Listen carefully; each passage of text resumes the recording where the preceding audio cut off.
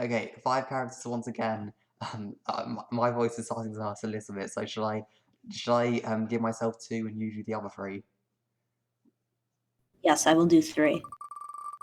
Alright, the ones I'm doing... Because then I have a chance of getting at least one of the ones I want. Yeah, so Dave is one of the ones I'm doing, and Kanaya is the other, so you still get Roxy and the dead cherub alongside Karkat. Let me just copy and paste all these in there. Alright. Oh god, Karkat. Later that night, Jade has been moved from the hospital to the Troll Kingdom. She now sits in a wheelchair, remaining in perfect silence with her dark eyes open to maintain my transmission.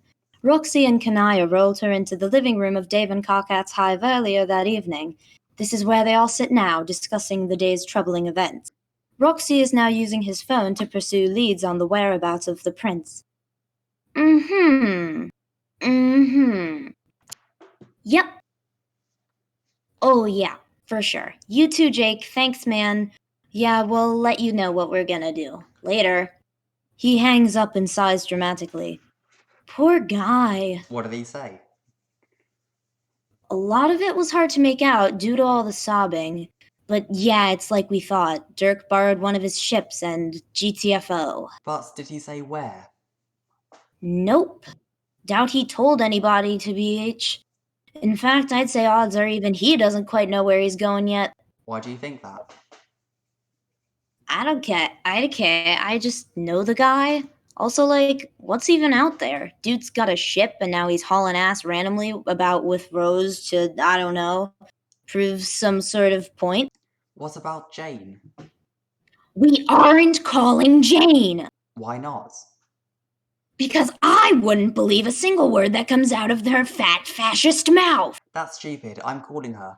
I dislike the woman as well, but I will leave no possibility unexhausted in striving to rescue my wife from that madman. She takes Roxy's phone and presses Jane's name in the contact list. She moves to the far side of the room to speak, while the others continue conversing. So, phew. Dave makes a noise humans sometimes do by expelling air through his closed, fleshy lips, creating an impolite flapping effect. Rose and Dirk, huh? Yep. Rose and fucking Dirk. Damn. So are they like, man, I'm never gonna hear the end of it if I'm the one to ask this question, am I?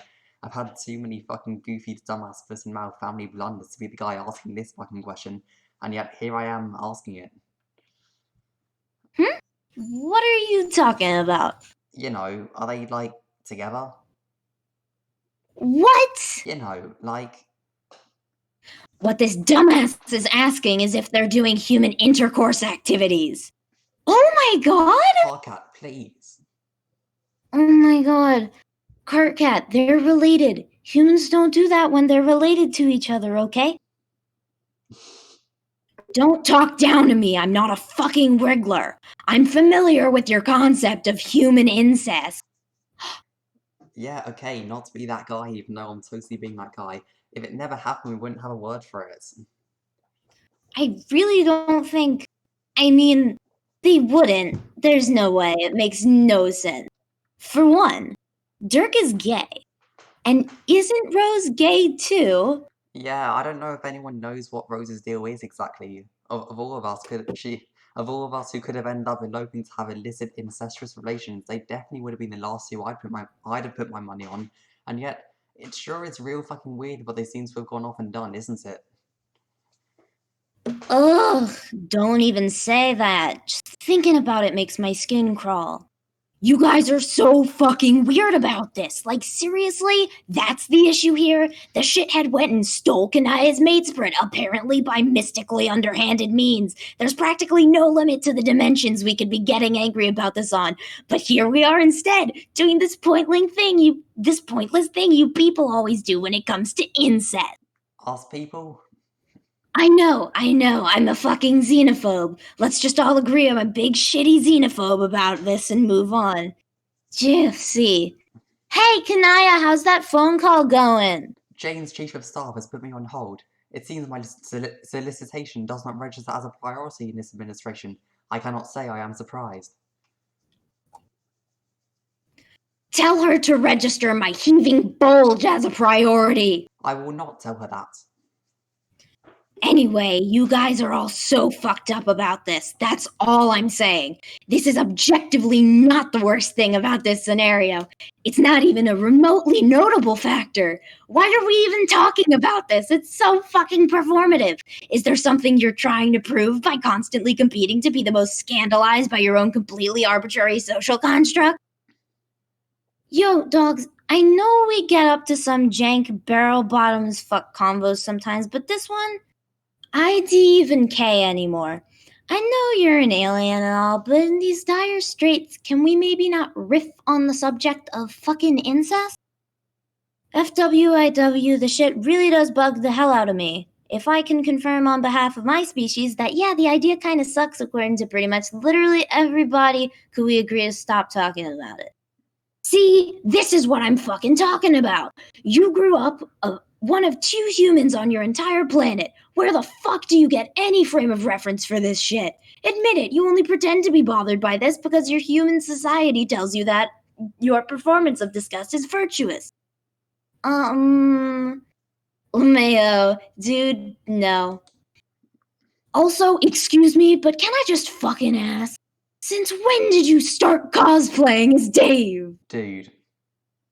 What? Lol. Do you even fucking know anything? You're a ham-brained bonus douche who doesn't know anything, aren't you?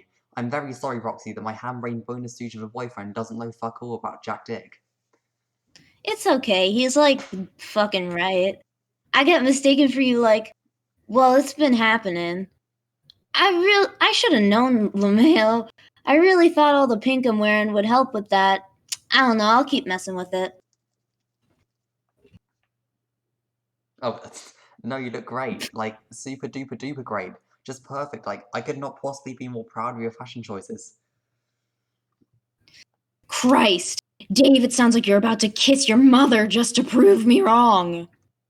First of all, Roxy's not my mother anymore. Wait, Roxy, did we actually decide on a bro score on what I'm supposed to call you? I literally have no comprehension of the etiquette here because you're technically my bio mum, but it's not as if I literally came out of your vagina or anything. And like, well, considering what's been going down right now, I'm not too attached to the sanctity of Dirk being my dad. You can formally replace him as my daddy right now if you want. Wow, the woke master is on fucking fire, folks. He'll be here all night. Oh, shut the fuck up. What is your problem? Why are you acting like this? Acting like what? Like a huge belligerent dickhead. Are you craving attention? Is that it? Did I get you hooked? What the fuck are you talking about? I see how it is. You got one hot hit of sincerity from your fresh boy Dave, and now you're itching on your pants every second you go without it. You know if you want to hold my hand or some shit, you can just do it now. I have no desire to do that. Come At on. all.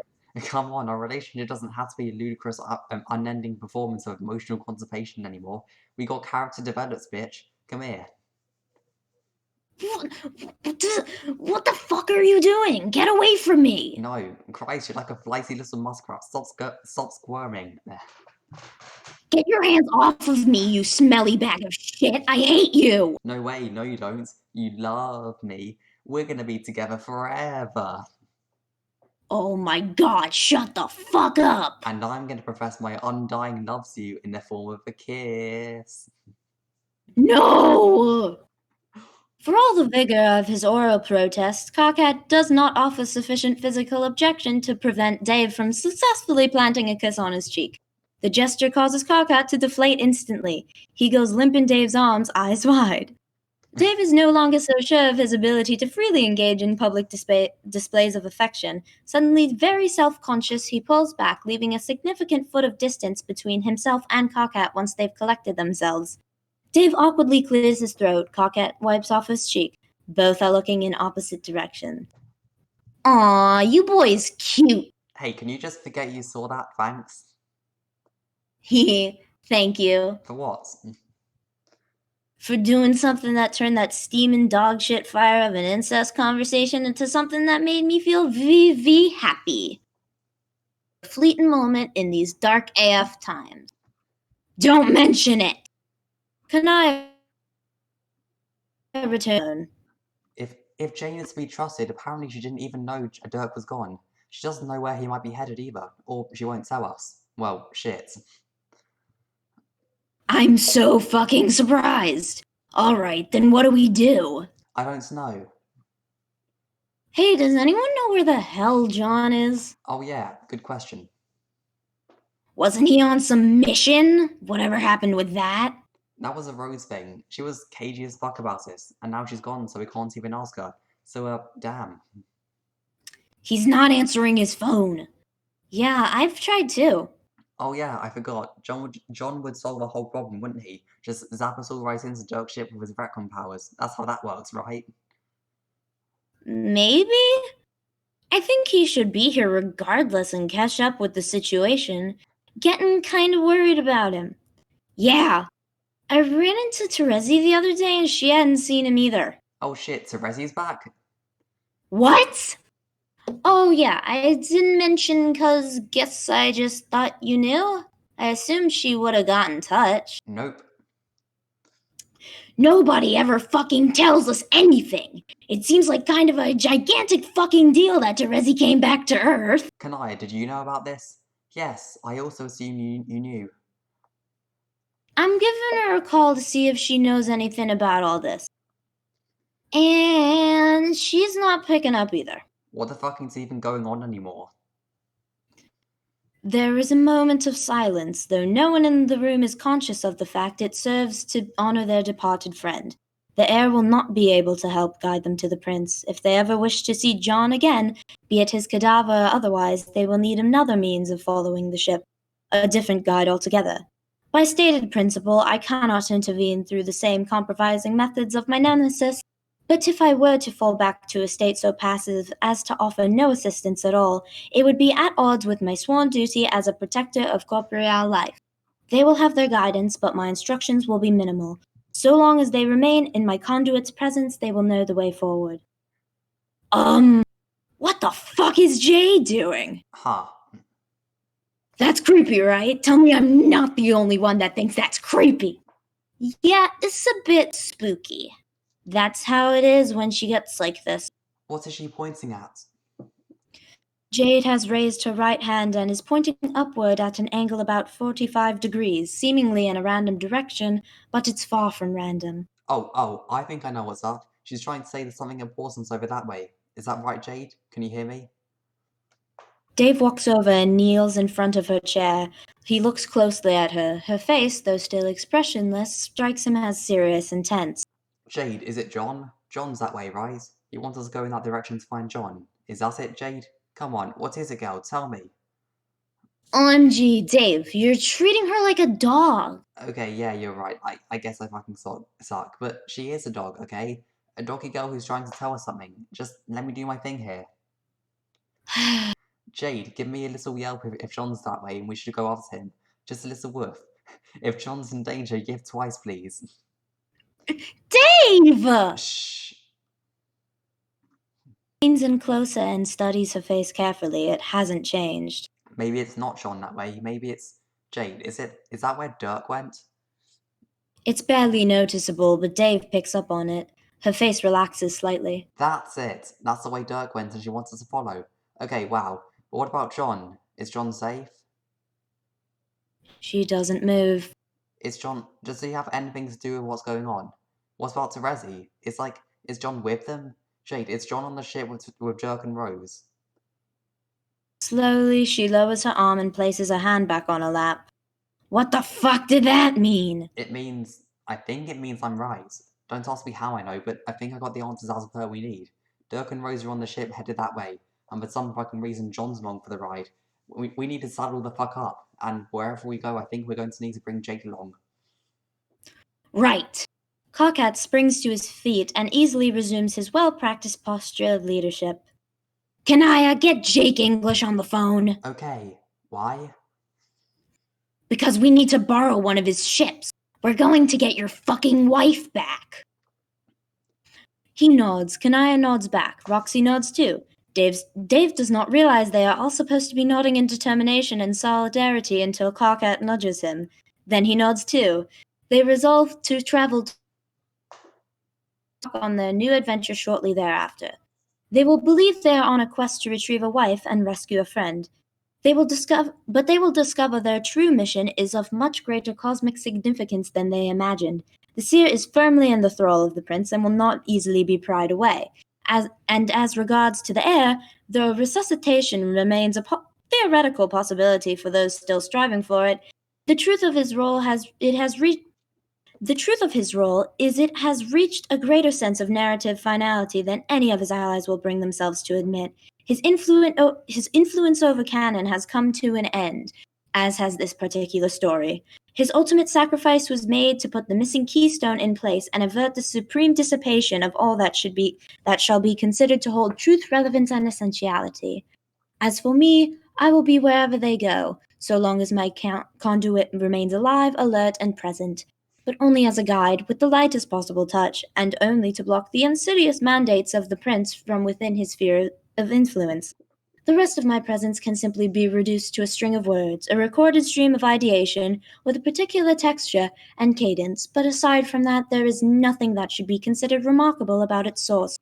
One speaker can easily be swapped for another and then another under the right circumstances. Speakers can dual, predominate, over assert, or fall back, as one does into the comforting blanket of space.